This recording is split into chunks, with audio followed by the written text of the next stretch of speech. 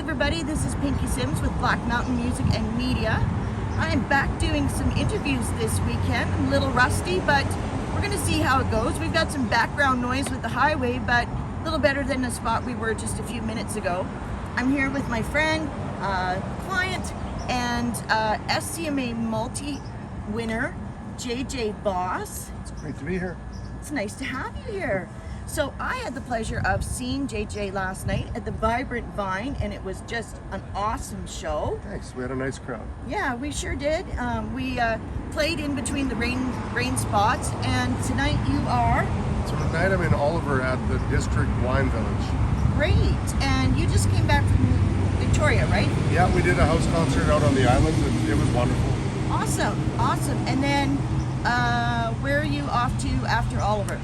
Back to Kelowna. I got another private house concert on Saturday, and then we got a deadhead first thing Sunday morning to get back to Regina. My fiance works on Monday morning, so it's gonna be a 14-hour drive. And we got to give a shout out to his fiance because she's taken all her holidays to be working with you as you troubadour across the provinces and doing your shows. You mentioned that last she sells night. my merch, and we're partners on it, so it's pretty special and pretty incredible for her to take her time away from her work. This is supposed to be her vacation, and we're keeping a pretty tight schedule. We're on the run, so it's not very relaxing. Not really, no. No, but it is really important when you're in the music industry to have somebody that understands, or at least makes an attempt to understand the music industry and the stresses and everything that comes along with it. Yeah, if you don't have somebody that supports what you're doing or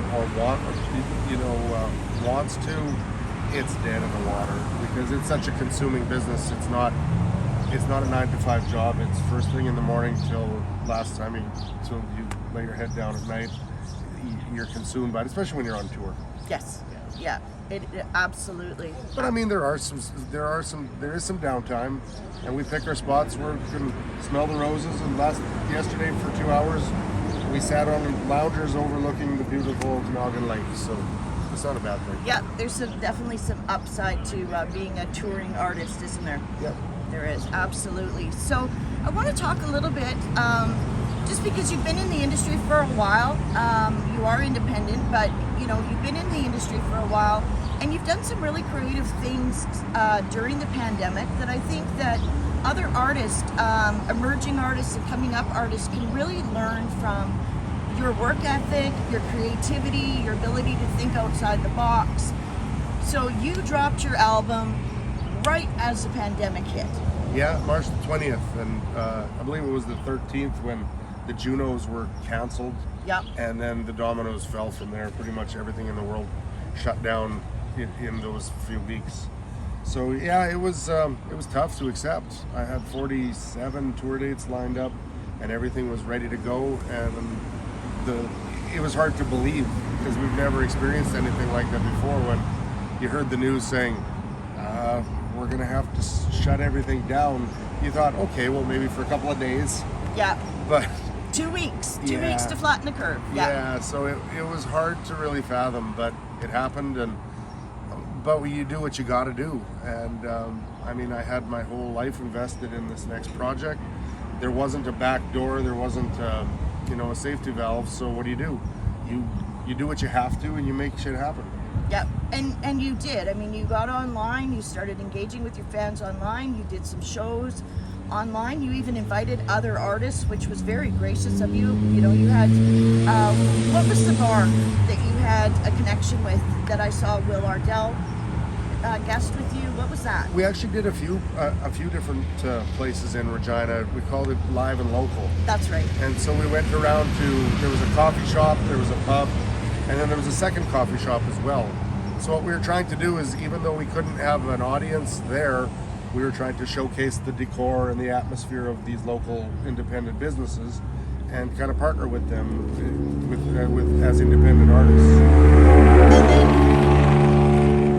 as we came out of the pandemic, did you find that I found that you sort of did something that goes back that artists used to do a lot of, but they sort of got away from, and that's the house concerts.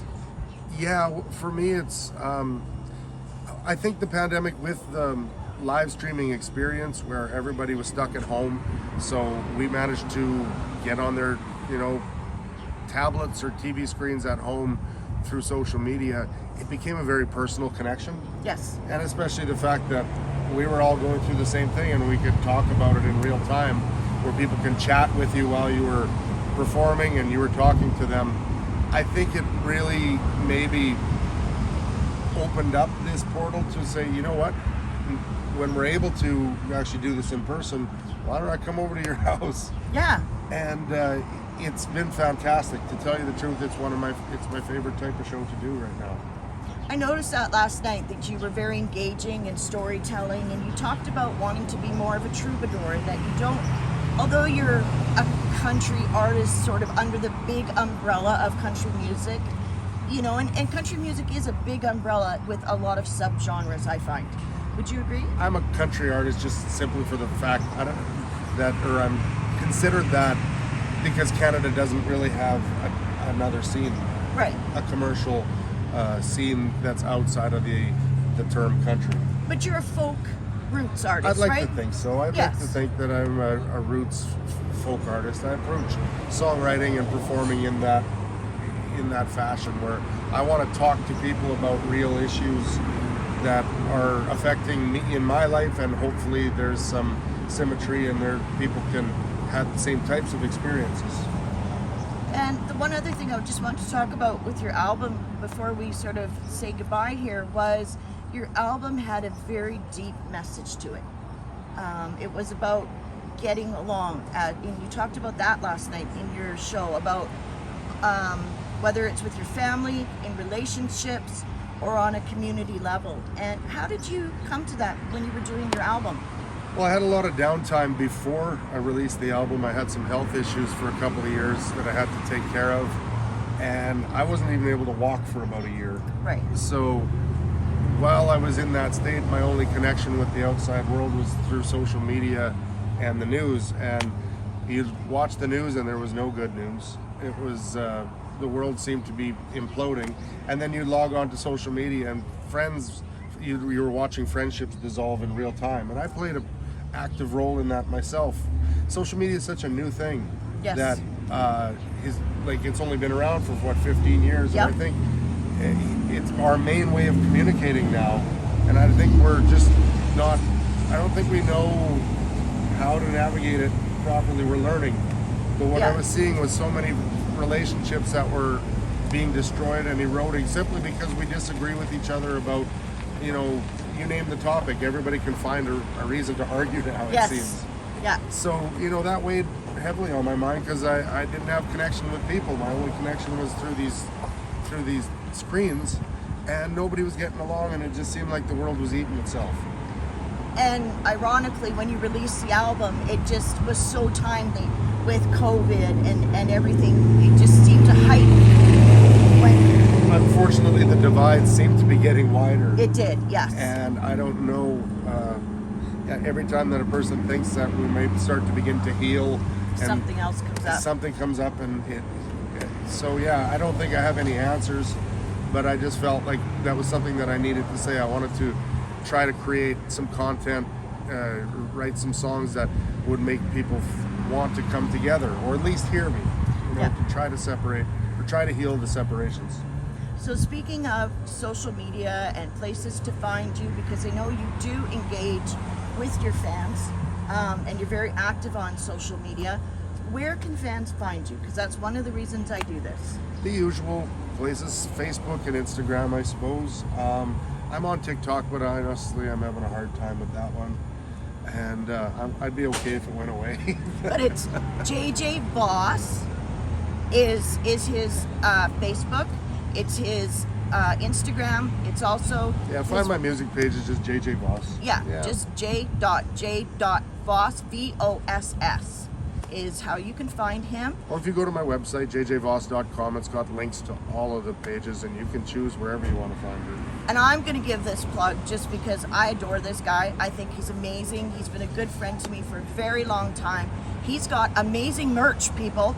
You need to check out his merch. If you like JJ Voss and you like his music and you want to support what he's doing, please go check out his merch. This guy's got some really creative merch and it's really fun. So, and very reasonable. So check out his merch and please go to his Spotify, download, stream his Spotify, and even better, go to his go to his website and buy his albums. That's how these guys make their money. I'll sign it up and send it off to you. He'll even sign it and send it to you. And if he's in your area and you want him to do a house concert show for you, send him a message. He'll come out and do a show for you.